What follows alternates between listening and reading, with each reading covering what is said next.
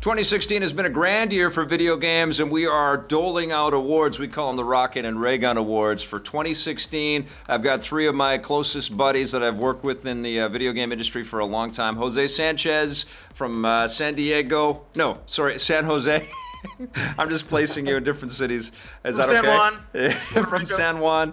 I've got Steve Tilley from Toronto, and Ben Silverman is piped in from Ben's basement in San Francisco. How's everybody doing? Praise the sun. Praise the sun. Yes. It's great to have you guys here. Obviously this year we can't have everybody physically here with us, but this is working out pretty good. And we've got a big granddaddy of a category to talk about today. This is the Best VR Game, and there are 10 nominees in this category because VR has really become the place where all the mid-core companies have found some budgets to make things. And so there are tons and tons of new games out there in the VR space. And there were a bunch of really good ones, and here they are. Arkham VR from Rocksteady is one of them. Lucky's Tale for the Oculus Rift, it's the pack-in game. Valkyrie, which I've been raving about for a long time. Until Dawn, Rush of Blood for PlayStation VR. Rez Infinite, which was a big winner at the at Keighley's Game Awards show. Thumper, Audioshield, which is on the Vive. I believe it's just on the Vive. I don't think it's on the Rift, but I played it on the Vive. The Lab, which is the pack-in assortment of games that you get with the HTC Vive. Raw Data, and the Unspoken, which is a new game from the Insomniac guys, which takes advantage of the Oculus Touch with the Oculus Rift. A ton of titles. Ben, I think you and I probably have played the most in this last little while of all this VR stuff. What's your favorite out of that big list of 10 big games? Oh man, I don't know. That is a big list. And as you were reading it, I was thinking of other games like Edge of Tomorrow from Insomniac, and I was thinking of or Edge of Nowhere. Yeah, or Edge of Nowhere. Rigs from for the PSVR. Rigs is great. There are a lot of really good sort of 8 out of 10 VR games. Yeah, Battlezone. There were a lot of really solid ones, and so you've got a good assortment on this list here. I think the two that really, maybe the three that really stand out for me, one is Batman Arkham VR, just because it's, I think for a lot of people, one of the games that really kind of instantly makes you understand why VR is different than not VR. I mean, when you put on the cowl and you turn into Batman and you see yourself in the mirror and you move around and you're Batman, it is a real lightning bolt. For Please don't say Batman like it's all cute like that. You're ruining the illusion. I'm Batman. I'm Batman. With your pom pom. I'm Batman. Oh man, dude. No, I mean that's a real moment for people. I think that was an important game this year. I also think the Unspoken, which just came out for Oculus Touch, that was an incredible experience at E3, and I recently just got the Touch and was able to play some of those Touch games. Oh, you got the Touch, baby. I do. I've got the Touch. You, baby. That game is a combination of Discs of Tron and The Magicians, believe it or not. It's like an urban, spell-slinging multiplayer game, and it works. It actually has good matchmaking. You play with another person. One of the cool things about that, especially with the Touch, is as you're playing against another person, that kind of before the match starts, you kind of wave to each other. Yeah. And they're waving to you, and you're kind of moving your head around, and you really feel like you're kind of communicating in a way that you haven't in other games where you just have avatars that kind of just, you push buttons and stuff. Well, that's interesting with the Touch, because I felt that with the Vive this summer. I was the first of the VR, platforms that we got here at EP, and it's crazy. Like, you jump into Raw Data, and you are sort of embodying everything. Your hands are the wands, and you do wave at people, and you pretend to shake their hands, and it is a very, very trippy thing. You actually go down to your holster to pick out your gun, and you move your other hand towards your other hand to sort of reload your guns. And it is a new wave of immersion. And what was interesting with this category for me is I played all of these types of games, all these VR games, kind of sandwiched very tightly together. And this was the first time, because they each came independently, along the way. Got the Vive in the summer and the PSVR sort of early fall, and then Oculus Rift sort of came in afterwards.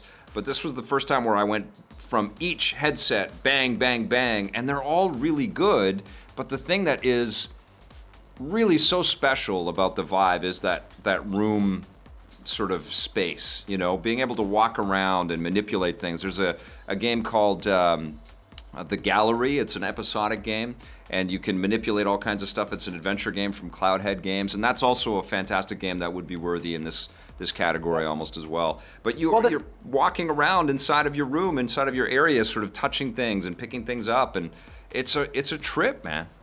Yeah, I mean, the touches now for Oculus has sort of opened the door to that, because when you buy the touch, you actually get a second camera. So you have 2 cameras now, and you have maybe a 7x5 area in your room. So it's not quite as big as the sense you get with the Vive, but it gives you a little bit more maybe of a realistic amount of room and space. So I think, at least back to the games here, the Unspoken is one of the ones where you really are dodging and flinging spells, and you feel like you're really involved and active in this game. Interestingly, my pick, however, is a totally different kind of VR game. It's Thumper, a game that I think works outside of VR. Yeah, you don't even need to play that in VR. You can play that in 2D. You don't have to have the VR on. That's right, but when you're in VR, when you stick on a PSVR headset and start playing what is, I think, the most intense game of the year. I mean, it is like these incredible kind of this noise rock Cthulhu rhythm game where there's this tentacles and you're a beetle flying down a highway and it's like thumping at you, and these drums are just sort of pounding like King Kong. It is intense, man. I mean, Absolutely. It is a really intense game, and in VR, when that headset's on, you don't see anything else. You are in this world completely. I thought that was the most just absorbing game I played, and that, again, it's not as manipulative. You're not throwing things, or you're not pulling things out. It doesn't have any gimmicks to it. But that, to me, was the most immersive VR game of the year. It's like a little bit of a weird choice, because I know it also plays well outside of VR, but I can't deny it. So that's my pick, Thumper. Yeah, that's a very cool pick and a very interesting one too. Steve Tilley, you've played tons of VR games in the last little while. What's your choice? Yeah, I mean, this is a tough category this year. The Unspoken is a fantastic game. I only played the demo at E3. I haven't played the full game, so I can't speak to the full experience. But even the taste I got of it was incredible, because it really gives you a sense of what you can do with when your hands are in the virtual world with you. And that's the biggest failing so far with the PlayStation VR, isn't it? The motion detection and the mix. The too big. Yeah, it's bad, and they have to fix that. I hope that they do something like what Oculus has done with the touch, and just give us like the Move controllers version 2 or something like that. Yeah, I really wish they had sort of gone with a version 2 of the Move controllers for the PSVR launch. I understand how they probably a warehouse of those Move controllers they had to get rid of, but totally. The Unspoken's great. The game I probably played the most after I got my Vive was Audioshield. It's that sort of procedurally generated rhythm game, and playing rhythm game when you're actually standing in front of standing in your room and knocking balls away with shields was great. The one failing of that game was I wish there was a way to sort of design tracks rather than having the algorithms do it for you, because it just sort of falls short of a Guitar Hero or a Rock Band, because it doesn't have the same precision of sort of where the notes are landing. Yeah. Thumper, I adore Thumper. I just think the thing about Thumper, though, is because it's not strictly a VR experience. Ben's absolutely right. It is an experience that deserves to be played in VR, but I actually played a lot just in 2D mode. Like, that I want to drag out the PSVR headset, I'll just play Thumper in 2D, and it's still a great game. And I think, Vic, you're right off the top. It's Batman Arkham VR is the game that's going to really make people understand VR.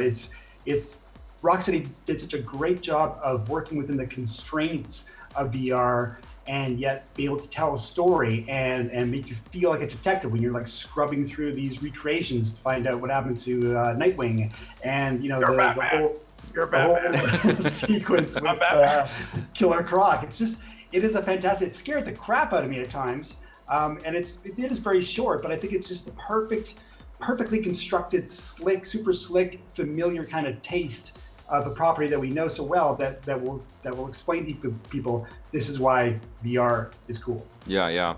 Foobs, what about you, my friend? What's VR? I don't know what you guys. My favorite VR game is Life. I like to get out there and actually experience life with my own touch controls. Oh, you like RR? RR. I like AR. Real Actual reality is my favorite VR game. No, I mean, again, I'm a lamer for this category because I don't really have any of the VR. All I can talk to is from the demos of stuff that I've played. Yeah. Well, I mean, let's be honest here. A lot of the core experiences of VR can exist in those shorter demos. And the games are kind of short. I mean, you can get a real sense of most of these titles fairly quickly. And I know that you've played most of these games. I think your pick is validated. You might not be somebody that owns all of this stuff, but over the course of covering this material with us and your own explorations with all the different companies that have been setting up demos, you've played a ton of these titles, man. So you. Yeah, I mean, I was with Steve. We got to play some Fallout, which I can't wait for that to be our experience. Yeah. Remember that time we were shooting those fat boys everywhere? It was like we were there in the middle of the wasteland. It was great. But no, I had a great time playing Lucky's Tale. I thought Lucky's Tale was what I would love to see a Super Mario VR game to be, because Mario 64 in that world would be just mind-boggling. Yeah. Eve, I played Eve years ago with Ben, and it was just, that's like what I want out of a VR experience, where I sit down, I can see my legs in this chair, and I'm in space, and I'm looking around, and space is everywhere. And it was one of those games where I thought I might get sick while playing it, but I really didn't have that sense because I knew I was in space. You put your butt in my face and took a picture of it when we were doing that. I did. That wasn't my butt, my friend, but I damn sure took a picture of it. That's how professional EP is, right there. Again, I think Eve was a pretty awesome experience. Lucky's Tale is a game that I would like to play more of. But if I had to choose between the two, I would say Eve, just because I thought that was... I want to play Star Wars, the Battlefront mission, or the X-Wing mission, to see what that's all Yeah, like. I'm glad you brought the X-Wing mission up. If I just reviewed that with my friend John, and we both agreed that if they released Who's this that... other friend? I've made another friend. He's in Vancouver. There's a whole community. Have you heard of YouTube? There's like this whole bunch. There's lots of people making videos on YouTube, and he's been doing that.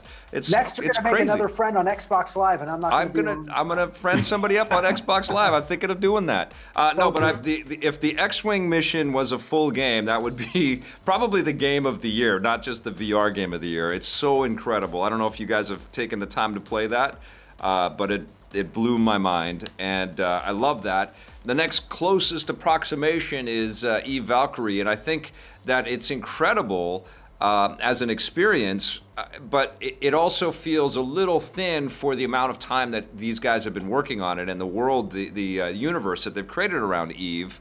And as you say, you guys have been, because you guys were fine with ruining your hairdos at events, you guys have been playing it for years, and I just started to play it. When the PlayStation VR came out, it blew my mind. I was like, this is unbelievable. And I feel like these vehicle sort of hyper-reality type of experiences are perfectly suited for VR. When you're inside of something that's moving, it can make you sick. I mean, I know that there are people that have kind of a vertigo thing or motion sickness with this, but I haven't had that, thankfully. And this game is just so freeing and so limitless. Like, you can just fly and just feel like such a badass in space dogfights. But I do wish it had a bit more of a story, especially coming off of even just that 15-minute mission of X-Wing, where the story just is more fleshed out and refined, and you can feel that extra labor. I wish that was applied to Eve Valkyrie to really extend that and give that a full meal deal, especially because it's a full price game. It costs $80 here in Canada, probably $60 in the States. I think what we're all looking for and what we all are kind of pointing at with the choices is the games that define VR, because we're still year one, right? We're still sort of super early days, and the games that best illuminate for others why VR is so important. And I think they're all sort of roughly around that 8 to 9 category, every one of these choices. And I think I got to give it to Batman, even though at the end of it I was like, "This is well, yeah." I know, blow your mind, but I gotta give it to Batman. But I feel like I gotta give it to Batman. It's a game that defines the category. It shouldn't be a cost. It should be like, if you own Arkham Knight, you get this. The same kind of thing that you get with the X-Wing. Although this is a beefier experience than X-Wing. I guess it's lower priced, But what it does is justify. It makes you Batman. You can just it makes you Batman. It makes me Batman. That's why it's the best game of the year. I mean, it just does, you know. And out of this first wave of titles, even though I like the extended value and gameplay of Eve and Lucky's and, you know, Raw Data, even though it's not done, and Rez Infinite, I think the Batman game is like, it's clear, you know? Like, put this on, solve this mystery, and be this character. And that's profound. You have bat ears on your headset, don't you? No, I should. Just like, And I wish they did that, and I wish they did an X-Wing helmet version of the PSVR. And, you know, that's coming, I'm sure, in like a couple generations. They're going to have special editions of these things. Yeah, I think I'm going to give it to Batman. That's probably the toughest category that we've got in this whole thing.